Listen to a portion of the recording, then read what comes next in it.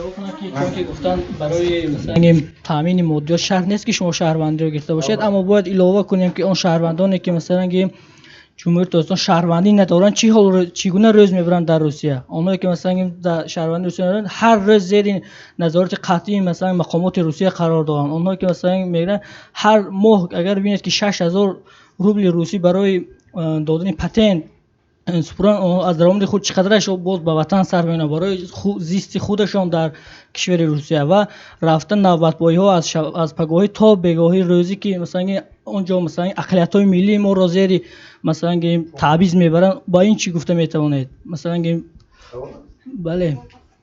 خب تلفز شما همین گونه سوال کرد. درست من میفهمم. سوال نیست استاد بخشش. سوال داره شما هم؟ اگر سوال ندارید خب من میخواستم که اگر سوال باشد من ببینم شما باشد من استاد هر دو شما رو برای استاد گپ در سر اون است که من میفهمم اون مشکلاتی که برای غیر شهروندی و شهروندی فرق گذاشته است حکومت روسیه موجود است.